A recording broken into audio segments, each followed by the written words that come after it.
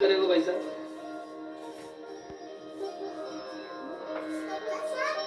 बीमार आदमी भजन कैसे करेगा? हाँ, पैसों से खरीद सकता है।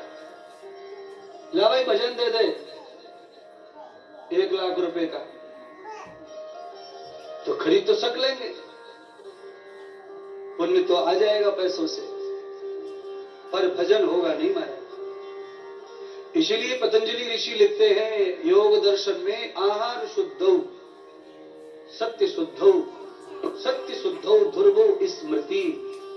स्मृति जिनकी अच्छी है उनको अलग से कभी भजन करना पड़ता नहीं है। हाँ, उनको अलग से भजन नहीं करना पड़ता है। स्मृति का मतलब ही वही है, जिनकी यादें सत्य हैं, यादें ताजा हैं, यादें प्राचीन हैं, और जिनकी यादें प्रभु प्रत्व है, बलवत्व है। ध्रुवो स्मृति, ध्रुव अचल अटल जिनकी स्मृति है, उनकी स्मृति में प्रभु समाये रहते हैं। जिनका आहार अच्छा रहता है उनका व्यवहार भी अच्छा ही रहता है। शरीर भोजन करता है, अन्न जल वायु आदि शरीर में ही आंखें कान हाथ पैर होते हैं, इनका भी भोजन अलग अलग है। घर में 4 लोग होते हैं ना, तो चारों के खाने का शौक अलग अलग। हाँ, और एक घर में पैदा हुए, देखो एक ही फ्रिज का पानी पी रहे, सब कुछ एक ही जगह से कमाई का खा रहे हैं, पर शौक अलग अलग है सबके। ऐसे ही तुम्हारे शरीर में एक जगह इंद्रियां रहती हैं, पर सब अलग अलग शौक करती हैं। ये आंखें ये रूप खाना चाहती हैं, अच्छा रूप होना है, और कान ये अच्छा शब्द खाना चाहते हैं। आपस में तालमेल नहीं है इनका। कानों के सामने कितना भी गोरा चिकना धर दे, इनको कोई लेना देना नहीं। आंखों के सामने कितना भी बढ़िया गाले बजा ले, कोई इसको लेना देना नहीं है महाराज।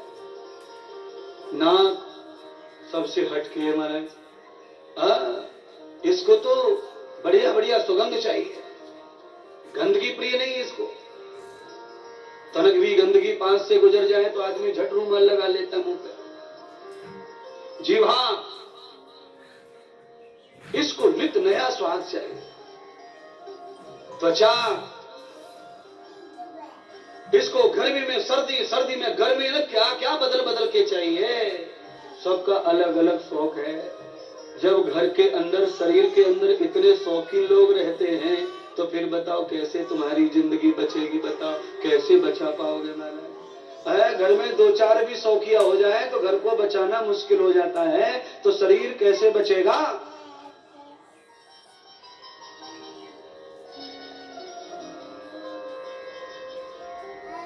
दो पंक्ति याद आ गई हैं। काया कुटिया निराली जगत भर से, और ये काया कुटिया निराली जगत भर से, 10 दरवाजे वाली जगत भर से। काया कुटिया निराली जगत भर से, काया कुटिया निराली जगत भर से, 10 दरवाजे वाली जगत भर से, 10 दरवाजे वाली जगत भर से। काया कुटिया निराली जगत भर से, काया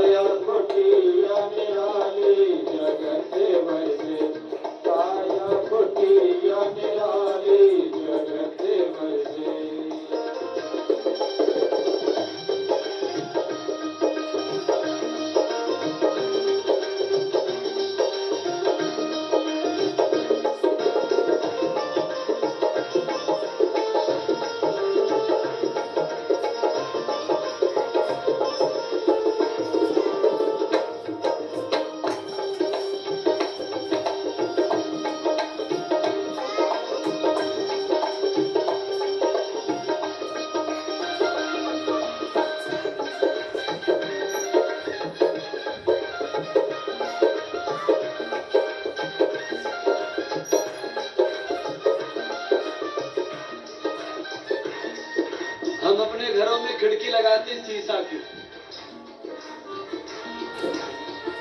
ऑटो लेंस शीशा लगाते, अंदर से बाहर का सब दिखे पर बाहर से अंदर का कुछ भी ना। ऐसी खिड़की हम लगाते हैं, पर तुमसे पहले ही परमात्मा ने शरीर रूपी घर में लगा के रखी है महाराज। बोलिए, आपको अंदर के बाहर का सब दिखता आंखों से, पर बाहर से आंखों के अंदर कुछ भी दिखता। कांचक खिड़की अजब निराली, आंखों की खिड़की अजब निराली, आंखों की खिड़की अजब निराली, आंखों की खिड़की अजब निराली, इसमें पुतली काली जगत भर से, इसमें पुतली काली जगत भर से, काया कुटिया निराली जगत भर से, काया कुटिया निराली जगत भर से, दस दरवाजे वाली जगत भर से, काया कुटिया निराली जगत भर से, काया कुटिया निराली जगत भर से।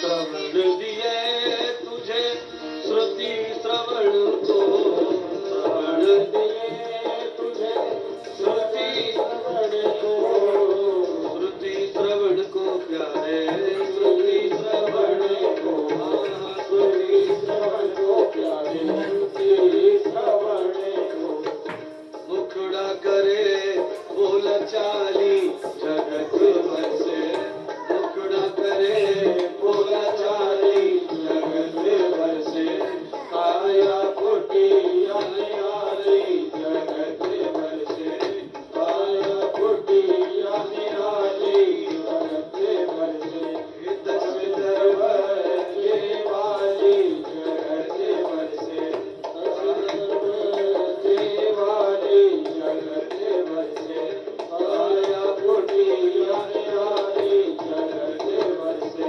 काया कुटिया निराली जगत भर से, काया कुटिया निराली जगत भर से, काया कुटिया निराली जगत भर से, काया कुटिया निराली जगत भर से।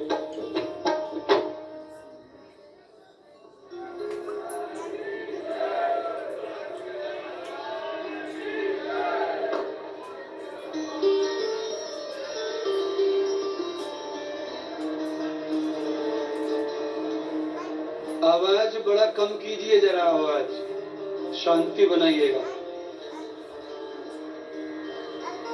इस भजन के बाद एक सवाल है जो आपसे पूछना है।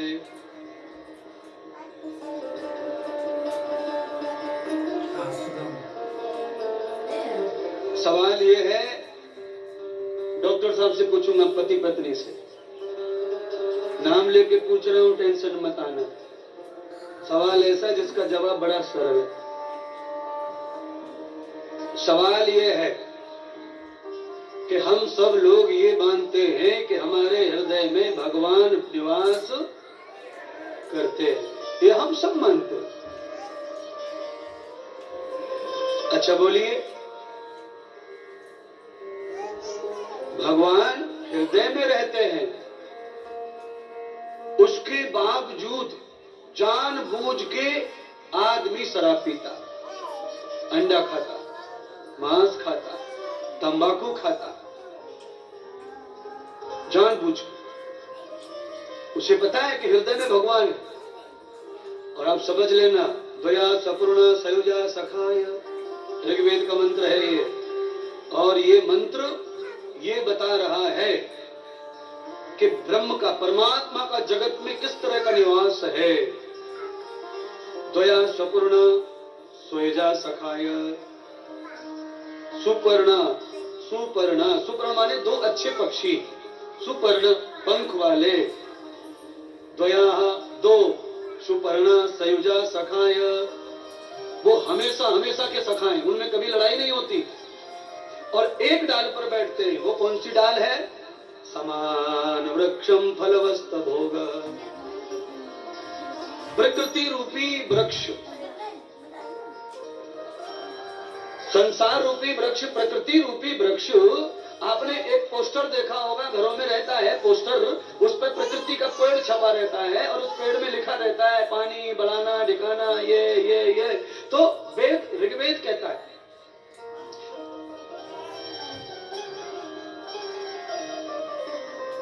सुपर्णा सखाय,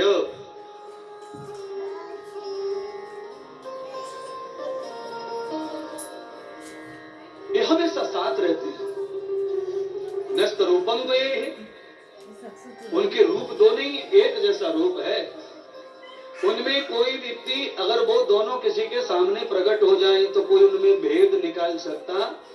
इतने ज्यादा मैच हैं वो, इतने ज्यादा एक स्वरूप के हैं। कौन? एक वो जो प्रकृति को भोग रहा है और एक वो जो भोगते हुए मात्र देख ही रहा है। तो ध्यान करना, हमारे हृदय में परमात्मा है, पर तुम जो भी करते हो वो मात्र उसे देखता है, वो उसमें शामिल होता नहीं है। इसीलिए उस परमात्मा को कभी कोई गवाह या वकील या प्रमाण पत्र की जरूरत नहीं है। क्यों? वो जीव के साथ ही बैठा है डाल पर, अलग कभी होता ही, कभी अलग नहीं होता है। हाँ, जहां जीवात्मा निवास करती है वहीं परमात्मा निवास करते हैं। इसीलिए हमारे समाज में कहावत है, आत्मा सो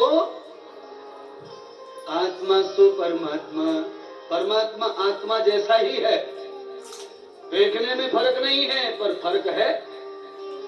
क्या फर्क है? आत्मा में आनंद नहीं है, आत्मा सतचित है, ये प्रकृति केवल सत है। आत्मा सतचित है और परमात्मा सतचित आनंद स्वरूप है। बोलिए सच्चिदानंद भगवान की जय। सपूर्णा सयुजा सखाय समान वृक्षम फलवस्त योग। एक पक्षी है आत्मा जो भोग रहा है संसार को और भोगों में, भोग के फलों में पड़ जाता है। और आत्मा जैसा ही परमात्मा है, पर वो फल के साथ रहता है, फल को पैदा करता है और एक को खिलाता है, एक के लिए बनाता है, पर खुद कभी फंसता, कभी नहीं फंसता है। अच्छा बोलिए, कवियों ने कविता कितनी सोच के की है। बड़े बड़ाई ना करे और बड़े न बोलत बोल, हीरा मुख से ना कहे कि लाख टका मेरो मोल। हीरा की कीमत कभी कोई लगा सकता? बस जो बोल दे वही, हीरा मुख से ना कहे लाख टका मेरा मोल।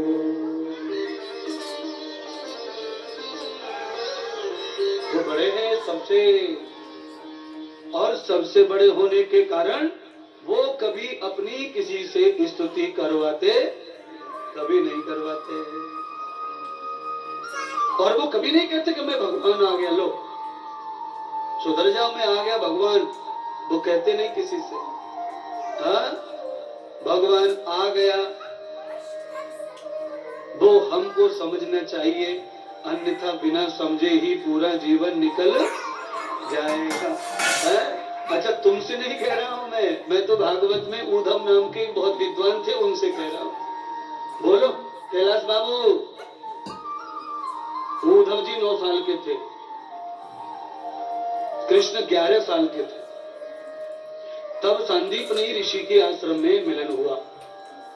9 साल और 7 साल दोनों मिलकर एक ही बिस्तर पे सोते थे, और 2 बच्चे बिस्तर पे सोए, इसका मतलब यह है कि किसी की टांग कहीं भी रख सकती है, अर्थात एक दूसरे से टांग पे टांग धरकर हाथ पर हाथ रख के सोते, साथ खाते।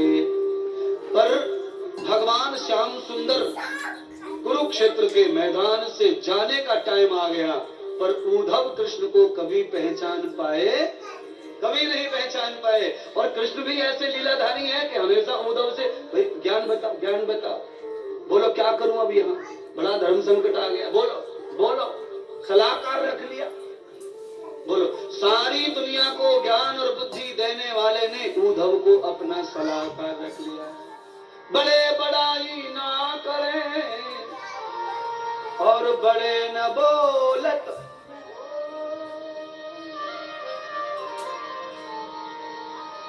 उद्धव जी भगवान जी लगा लगा कर बोलते उद्धव जी से। क्यों? ज्ञानी है ना, सलाहकार है महाराज।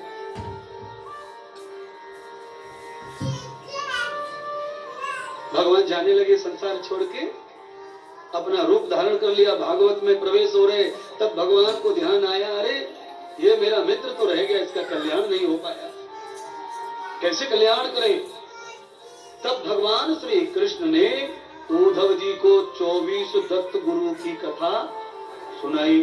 हाँ, उद्धव जी को कहा कि तुम अकेले ज्ञानी हो ऐसा नहीं है, कौवा भी ज्ञानी है, तुम्हारी औकात कौवे की बराबर है। छू कर दिया।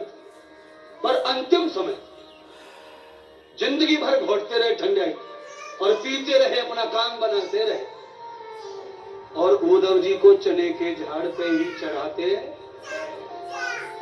पर भगवान है वो गिराते नहीं है किसी को, जब चढ़ाते हैं तो चढ़ा ही रखा, लगा कि अब ये गिरेगा मेरे जाने के बाद। तो भगवान ने उसको कहा कि बेटे अब जरा उतर के ले ले ज्ञान, नहीं तो 32 पूरे बाहर आ जाएंगे। पेड़ से गिरने वाले को ज्यादा चोट लगती है महाराज। कौवा से ज्ञान लिया,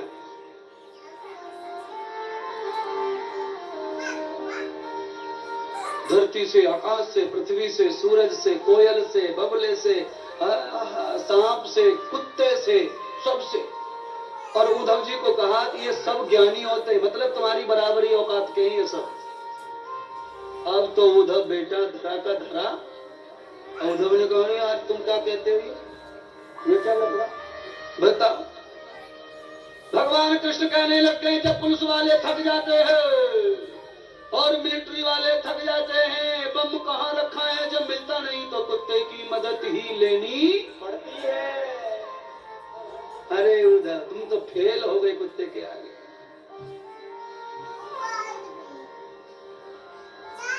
सांप के कान होते नहीं है, फिर भी वो सबकी सुन, वो ऐसा ज्ञानी है। भैंस भी ज्ञानी बता दी भगवान ने, और मैं पीछे पड़ा हूं भैंस के लिए भगाओ दुनिया से, देश में से, ये सबरे भारत को खराब करे दे रही है भैंस। मैं पीछे पड़ा हूं जिंदगी से, जब से प्रवचन कर रहा हूं मैं भैंस का पक्का दुश्मन। पूरे भारत को शुगर कर दिया भैंस।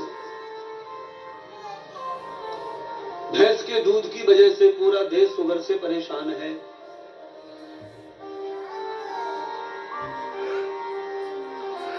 पर भैंस में भी गुण बताया, वो भी ज्ञानी बताई। भैंस में क्या गुण है? भैंस में ये गुण है कि उसको कभी गीले सूखे से कभी फिक्र रहती नहीं है। हाँ, गंगा जल की खुशी नहीं, और अपने मूत्र से स्नान करने का गम, अपनी पूंछ से नहा ले, जरूरत ही ना मालिक की। अच्छा गंगा जी में ले जाओ तो उसे कोई खुश नहीं है। तो कहा देखो वो भी ज्ञानी है। जो आदमी सम रहता है, सम, न दुख में कोई गम, न खुशी में कोई आनंद, सम। तो ये भैंस से सीखो। उद्धव जी ने कहा महाराज हम तो सच में ही बेकार ही हो गए अब तुम्हारे आगे।